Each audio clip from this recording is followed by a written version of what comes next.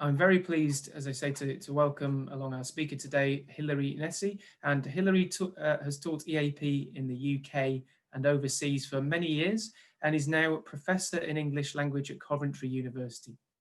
She is editor-in-chief of the Journal of English for Academic Purposes, and she was principal investigator for the projects to create the BASE BASE corpus of British academic spoken English and the BOR corpus of British academic written English. Now, I hope I've got that right. So over to you. Thank you, Hilary. Okay, thanks very much. It's great to be here, and it's fantastic seeing all the names of people coming up and all the different countries. It's wonderful that there's so many of you from so many different parts of the world attending. So I'm going to share my screen with you, if I can. A minute. I shall have to go back again and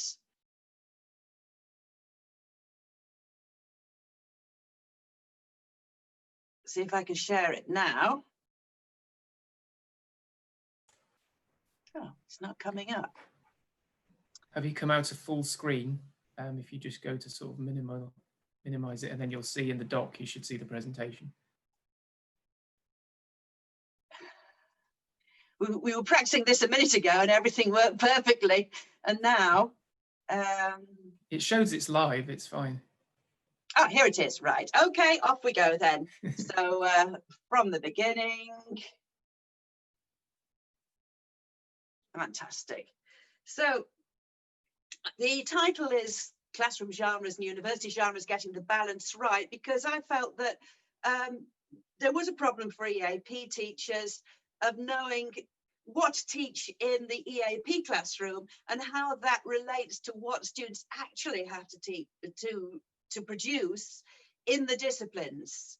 And it remains, it's a continual problem for EAP teachers, because as an EAP teacher, you're not a discipline specialist, and so you can't evaluate the kind of writing that the students produce in the disciplines, but you want them to prepare for that kind of writing if you can. So traditionally, you'll find in EAP courses and EAP materials, they always talk about the essay, and it's a sort of blanket term. It's just used for a piece of writing, as far as I can see, for most people. So it can include all kinds of different things, but there is a big influence of Ielts, because Ielts, as many of you will know, Ielts requires 2 writing tasks. One of them isn't an essay. It's a small piece of description or summarizing or explanation. That's about 150 words, perhaps more if your students can manage it. The other one is called an essay, and it's described as a response to a point of view, an argument, or a problem. That's about 250 words. Now, that task 2 is something which is practiced over and over again in academic writing classes, preparing students for Ielts. It's assessed in this way. Can you evaluate the issue? Can you use your own personal experiences and ideas as evidence? And can you express judgment? So you end up with some kind of decision. This is right, this is wrong. Doesn't require any knowledge of the topic, prior knowledge of the topic, except everyday knowledge that anybody would have. And that's fair enough, because you can't expect students going in to take the Ielts test to have lots of facts and figures about different issues. That's not what they're being tested on. They're not being tested on their background knowledge. But this task 2 has a very big influence on what students think academic writing in universities is. I find again and again, because I teach students on degree courses, and very often when I give the first assignment of the year, I have to explain to them, I don't want an Ielts type essay. And then some of them are shocked. international students, they're shocked because they've spent years preparing to write a kind of task 2 essay. And here are me coming in saying, oh, I don't want that. As if you write like that, you'll actually fail the assignment. There are other influences, of course, on the way that students think they should write. There's this standard American essay format is sometimes referred to in this way, where you have a thesis of some kind. In other words, there's something that you believe, then you provide reasons for why you believe it, and then you restate your thesis. This is a 5-paragraph essay, but it doesn't have to be 5 paragraphs, of course. It could be much longer. But if you do use the 5-paragraph essay format, you're only allowed to make 3 points because the body only has 3 paragraphs. And then there's the admissions process. Now, in the States, at least at some universities, and maybe in other parts of the world as well, they are encouraging what they call an essay as a way of getting prospective students to persuade the authorities that they will be good students. So they're asking for strong essays to showcase what you as an individual can bring to the university. And they say, in this particular case, where this person is giving advice on how to write an essay so that you can get funding from the Fulbright Commission, it says you might start with a personal anecdote, and you should use this essay as a creative writing piece and as a marketing tool. Now, that's not a bit like essays as we write them in the disciplines in universities. It's really not what is expected in the disciplines. We're not expecting people to market themselves or persuade anybody really when they write any kind of assignment at university level, certainly not before they reach dissertation or thesis stage. So why do EAP lecturers so often want to turn to this kind of essay? I think that there are some advantages. There are some good things about writing in this way. There's a template. You can say, this is how your essay should be organized. And of course, organizing an essay is a real challenge.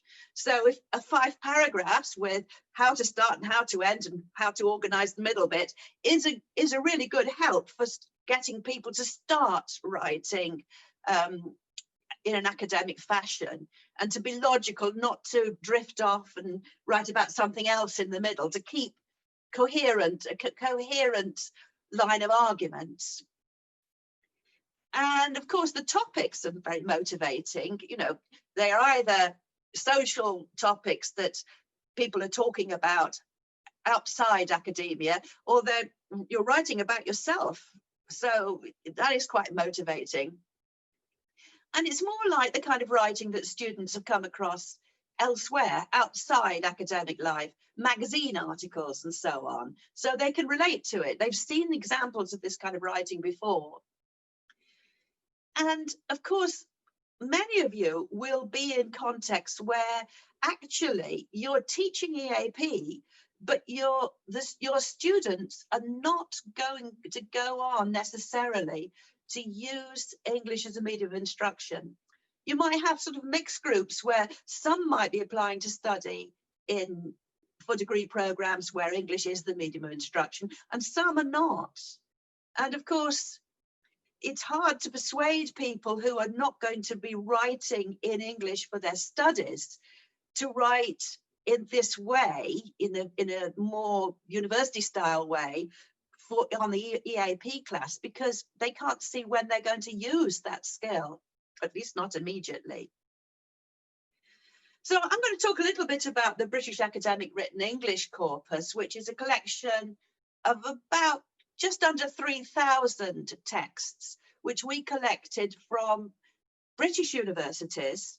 We only collected good examples, writing that had received high marks from subject lecturers.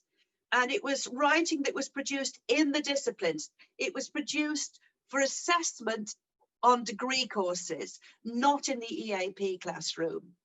And we didn't include things like theses and dissertations. It's all the kind of assignment that's set on a regular basis in departments in British universities. And we found that most of these assignments are not essays.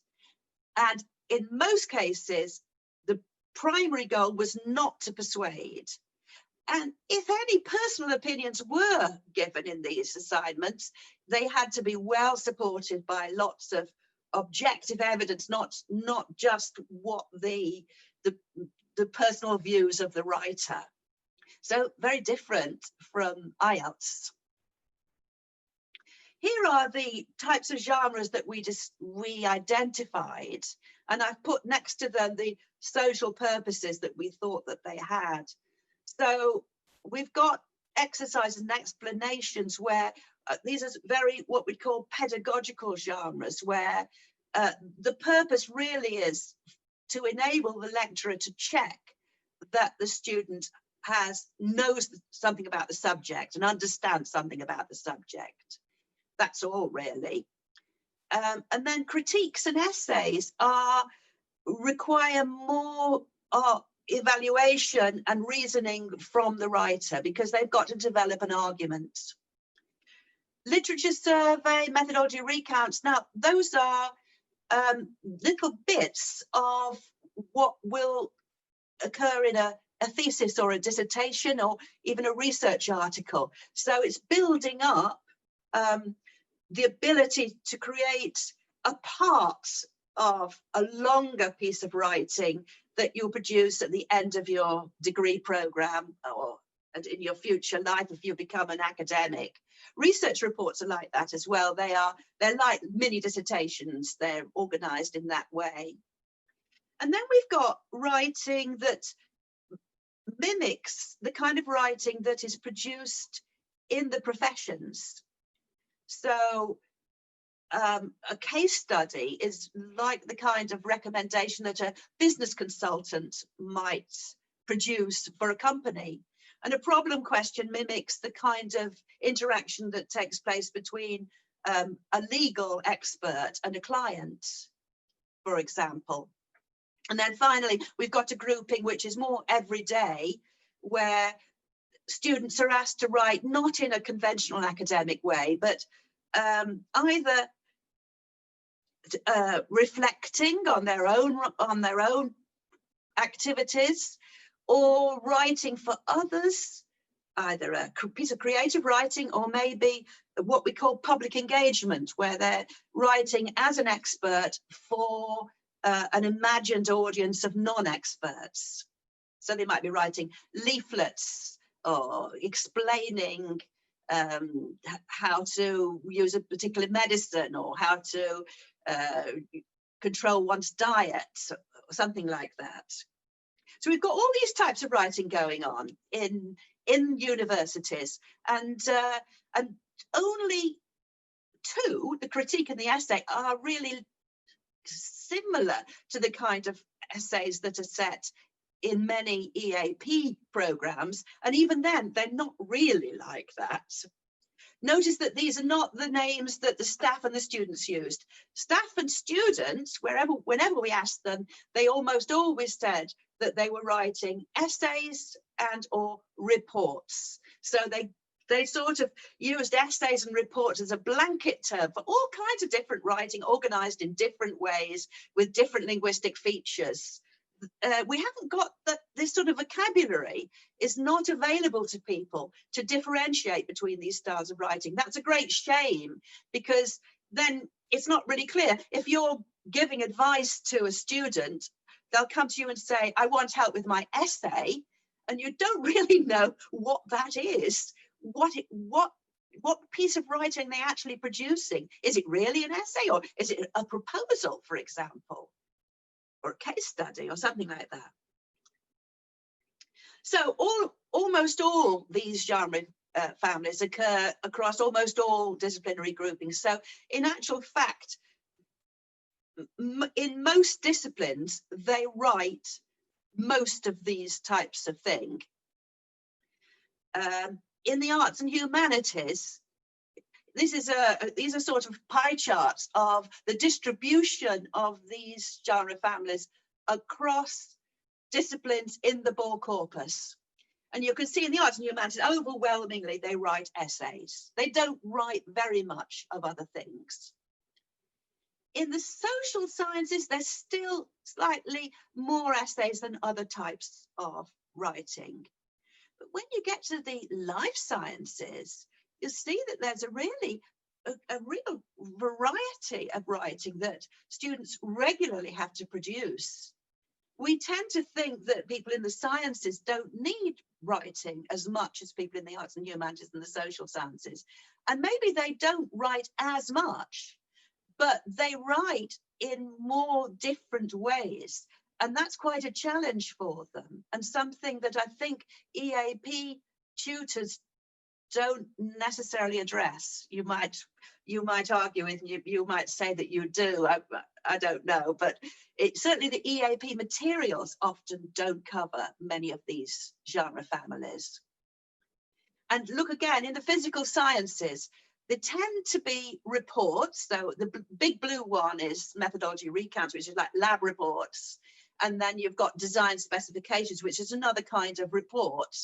But they're also writing lots of other different things as well.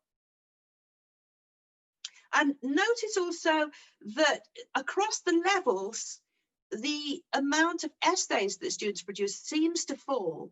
So in this chart, 1 stands for the first year of undergraduate study, and 4 stands for the taught master's program. And as they go through the years, they seem to be writing fewer and fewer essays and proportionally more and more of other types of genre. So right across the board then, there's slightly less than half the assignments that we gathered for the Bore corpus were essays. And you might say, well, that's a lot. So maybe it does make sense to concentrate on essays in the English for general academic purposes classroom. I don't know if you use these terms, but English for general academic purposes is the one where you're not able to differentiate between disciplines, either because you've got a mixed classroom with lots of students from different disciplines in it, or because you've got a classroom where the students haven't actually decided what discipline they're going to study at university. So they're just preparing for academic language in general. Here's the kind of organizational patterns that we found in the Bore corpus for essays. We found 6 patterns, right? And discussion and commentary were the most common. Discussion is one where you simply discuss different aspects or different arguments in relation to an issue. You don't really have a thesis, you just talk around the issue and then reach some sort of conclusion, but it doesn't really matter what conclusion you reach. The lecturers are not looking for the final answer, they're looking for some evidence that you know that it's awfully complex and that there really isn't a simple answer to the question. And commentary is similar, but it's used very often where you're writing about a text, a literary text, or a piece of creative artifact, or something in art, for example, or a play, and you are commenting on it from different perspectives. So an interesting thing that we found was that the same essay task can be addressed equally successfully in different ways. So lecturers don't say to their students, generally speaking, they don't say, this is the way you must organize your essay, because actually it's part of the task to decide how you're going to organize your essay. That is part of the challenge of the assignment, working out how you're going to organize it. So give you some examples. Here's a question. How does Kant's theory of freedom differ from Hume's? Now that could be answered through a discussion, through an exposition, or through a challenge. So discussion is the most common way. You simply look at all the different ways in which you can answer that question. Exposition, you start with the claim that it does differ and then try to prove it.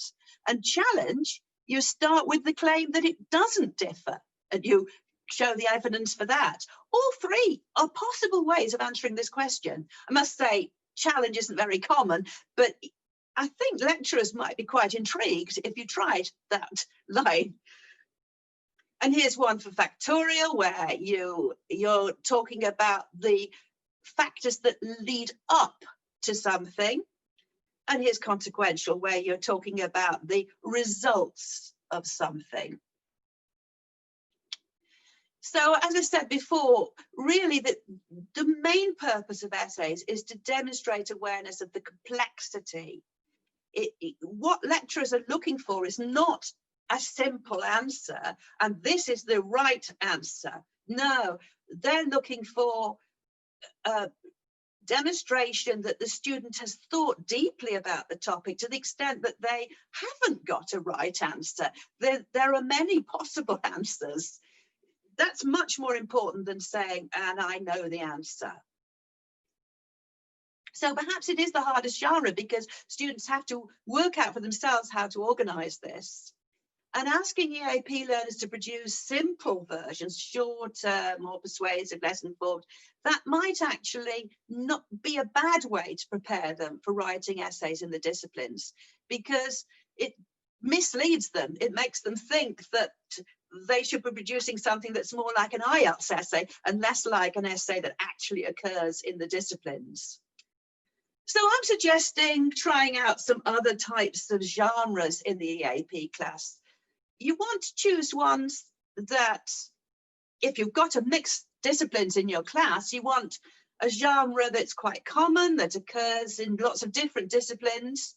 And you want a genre that's not familiar to the learners, because of course, one of your jobs as an EAP teacher is to introduce your students to genres that they don't know. So you want to choose something which they've never written before, really, and introduce it to them before they get set it on in their degree program. And you want something that's challenging, something that makes them do more than they're used to doing.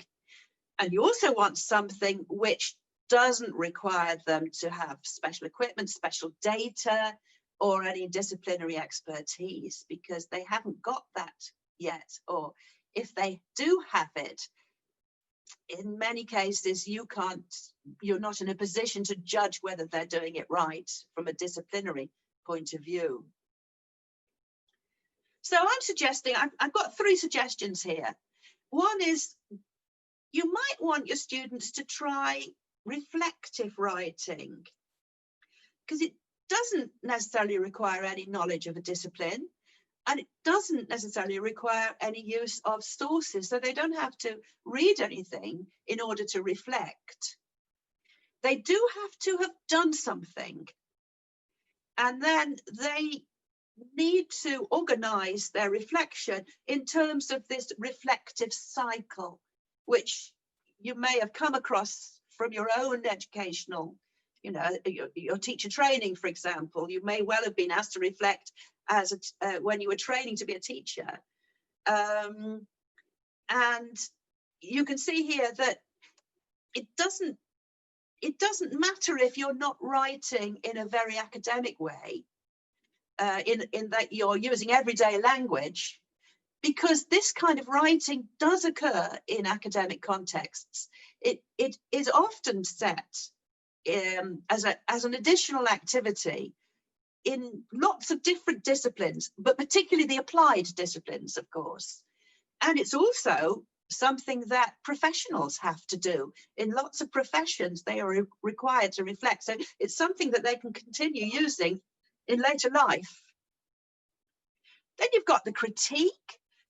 That's a good one to use in the EAP class, because you can be critiquing something that they've encountered already. So that could be a film or a book or a website. In the ball corpus, we've got people who have been asked in the engineering disciplines to critique a bread maker, for example, a piece of kitchen equipment. So you can ask a class all to write critiques, and if they're from different disciplines, they can be critiquing different things. And you see here, you need to describe, but you also need to evaluate to see whether that thing is fit for purpose or is appropriate to the user. And then you have to summarize it. So it's quite a simple organizational pattern. And then proposals. I'm suggesting this because when I've set my students who are taking degree courses, in the past, I've set them to write proposals and then realized they have no idea what I'm talking about. They have simply never heard of the idea of a proposal. And although they are familiar with the idea of reporting on something that has already been done, they have no idea about writing about future plans. So this is planning for something that they're going to do in the future. And this could be an academic, it could be a research proposal. That's very useful if you've got students who are preparing for postgraduate study, they need to write proposals. Or it could be for a real world activity of any kind. They could be planning a party, or they could be planning some sort of a sports activity. And again, the organizational pattern is quite easy to follow and gives opportunities for lots of language practice of different kinds. And it also, if you're choosing a research activity, it gives opportunities for some desk-based research. So that if you've got students who want to use the library and read up on the background, then they've got a chance to do that with this kind of assignment.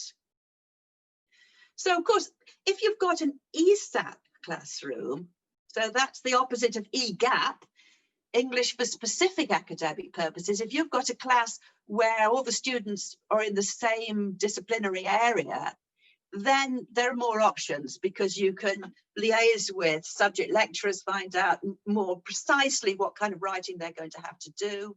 There are possibilities of team teaching or even setting tasks for joint assessment. Some great ideas for working with people in the disciplines.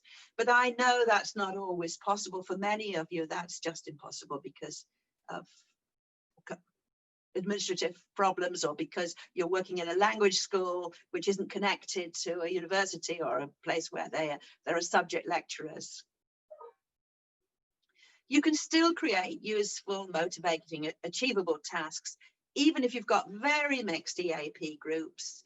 If you control for genre and you allow the students within that genre to choose their own topics, so your control is over what kind of writing they're going to produce, but not necessarily over the topic that they choose, then they got the motivation because they've chosen the topic. And it's also good practice for the future where they'll be given more freedom to decide for themselves what they're going to write. And that's it. So thank you very much. I believe that that's the link to the certificate. Is that right, Simon? Yes, that's correct. Yeah, yeah. Thanks. If you want to leave that on for a minute, it seems to be very vital for many, many people. So thanks for that. Thank you very much. That's great. Let's take a few questions if we may. I'm just going to read out one that's on my screen now, which is from Oman. As with all academic activities, students are expected to produce a thoroughly thought out essay piece of writing within a stipulated time. How would teachers ensure that students have enough time within the overall time scheduled for the assessment to produce this piece of writing? So it's all about sort of how do you get the timings right? Yes, because you'd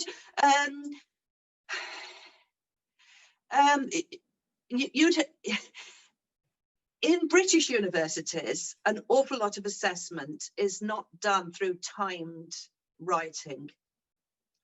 And I think that writing under examination conditions is necessarily very different.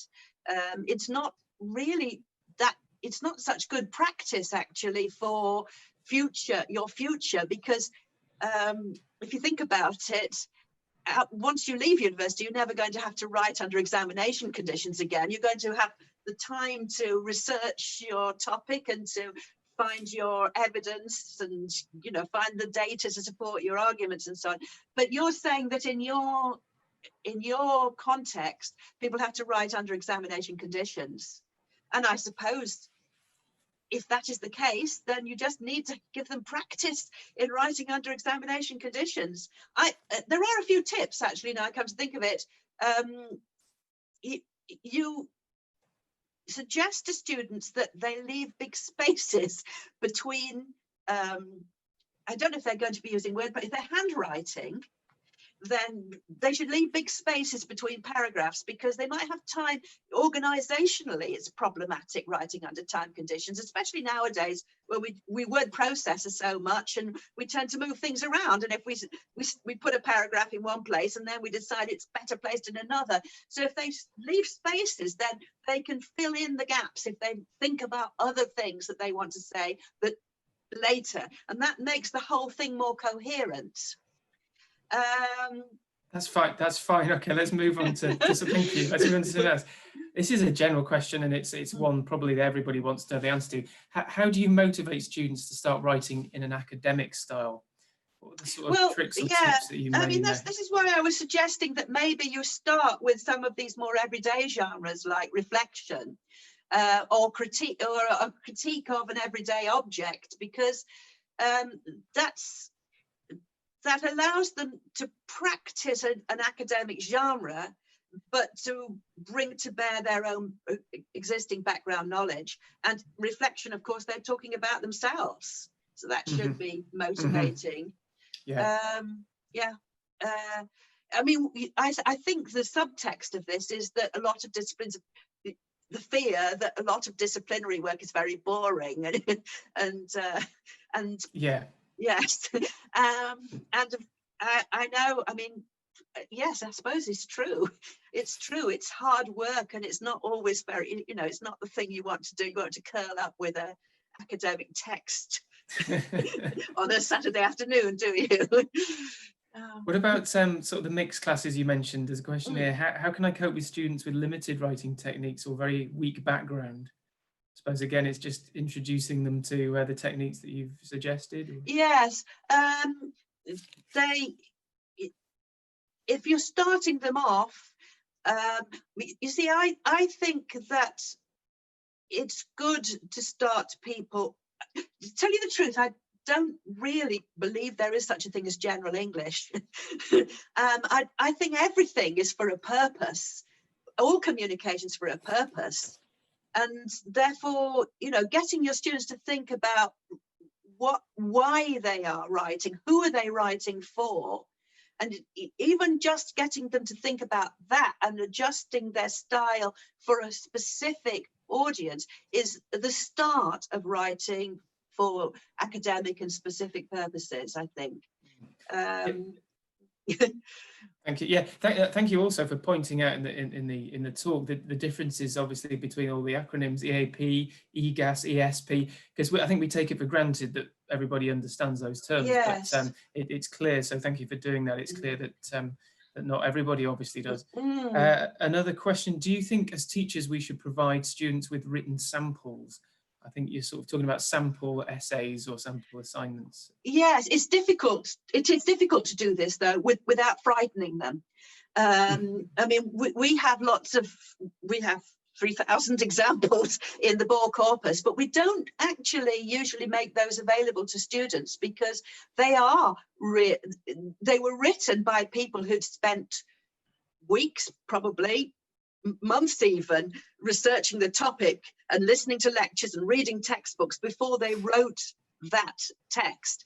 And therefore, if you throw it at a group of students who haven't had that kind of disciplinary input, they're horrified and frightened because they think, oh, I'll never be able to write like this. On the British Council Learn English site, which I mentioned in the panel discussion, we did manage to find some authentic examples which were short and reasonably accessible. So there are examples on that site. It's called Writing for a Purpose. There are some examples on that site of genuine student writing, which is we judge to be accessible to people who are not disciplinary experts. But it is difficult to find models that are, models that are accessible to people who know nothing about the discipline yet. Sure. What about assessment, assessing the work? Do you have any assessment tips to assess students' work, example of a framework or something like that? Yes, well, there are lots of frameworks in existence, aren't there? And I suggest that you have a quick look to see if you're working in a university context, then there will be frameworks in existence probably for the disciplines, which you could have a glance at. What you are concerned with is, well, actually, now I think about it, a lot will depend on what you've been teaching your students at that particular time. You can't assess everything. So if you've been working very hard on, let's say, coherence and making things one proposition lead on for another, that was what you're going to be giving feedback on for that particular assignment. It's always the same, isn't it? You can't give feedback on everything, because if you do, the poor student's going to be overwhelmed with feedback, and they're going to feel pretty fed up as well, because you're going to find so much fault with what they've written. So it's much better to, if you've been focusing that week or that in that section of the course on a particular aspect, tell your students that that's what you're going to be giving feedback on, and that's what the primary area of assessment. I think that makes it clearer for everybody, doesn't it? Sure. What about large scale? There's a question here. How do you provide students with feedback of an essay or academic writing in a class of 100 first-year undergraduate students? So I think this is sort of large scale. How do you feedback to everybody? Yes, that's good. I mean, I'm working on a project at the moment called Quick Links, where the idea is that in many places students submit their assignments electronically, and this Quick Links project is what we've done is we've identified common errors, but they're not grammar and spelling errors, which you can easily give feedback on grammar and spelling, as is you just tell people to look up the word, because you could just put spelling, and if it's grammar, you could just tell them to look in a relevant section of a grammar book. These are more things like stylish things that are not appropriate in the context, perhaps collocationally or idiomatically they're not appropriate. And what we've done is we've created preformed links to examples of what we think would be a better way of expressing that, and they're corpus examples, and you can insert these links electronically into the text. And the idea is to save teachers time, because if they see the same problem occurring again and again and again, they can just click in, they can just pop in the link. You have to be working in electronic, you've got to have digital equipment there. But if you're interested, it's called Quick Links. Quick Links. If you Google that or whatever, you'll find it some way, or I can send, if you contact me, I can send it to you and have a look and see if it might work for you. But it's not the complete answer, obviously. And I know that's a big problem with academic writing, is marking. It's the huge volume for everybody, for EAP tutors and for subject lecturers, is just a huge. How can you give detailed feedback to 100 students? I mean, I think we've got time for another one. I think a question from me really is, what have you found different? I mean, the situations has changed for virtually every teacher, I would have thought, with online classes now. So Yeah. you're mentioning, tools to maybe mark work quicker, but how have you found that, and how have you coped with it? And generally, what's your take on it? Is something easier to do? Is something a bit harder to do because you can't speak to students face to face? What's your experience been? Well, I suppose, like everyone else, it's mixed. In some respects, there are advantages because students can record any interaction, can't they? Or usually on most platforms, they can record. So they can play back and listen again and again and again to what's been going on in the class, which they never could before. But obviously, there are many disadvantages. There's much less opportunity for students to speak or to get feedback on their speaking, because many students are not very, they'll write the chat, but they won't speak. I find it's much more difficult to get them to speak in a whole group, and then if you put them into breakout rooms, of course, then you're not listening in, so you can't really monitor how their speaking is developing. But maybe for writing, of course, it's quite advantageous because they're formulating their questions in writing rather than using spoken language. And we pick up on we're much more tolerant of errors and inexactness in speech than we are in writing, I think. Yeah, agreed.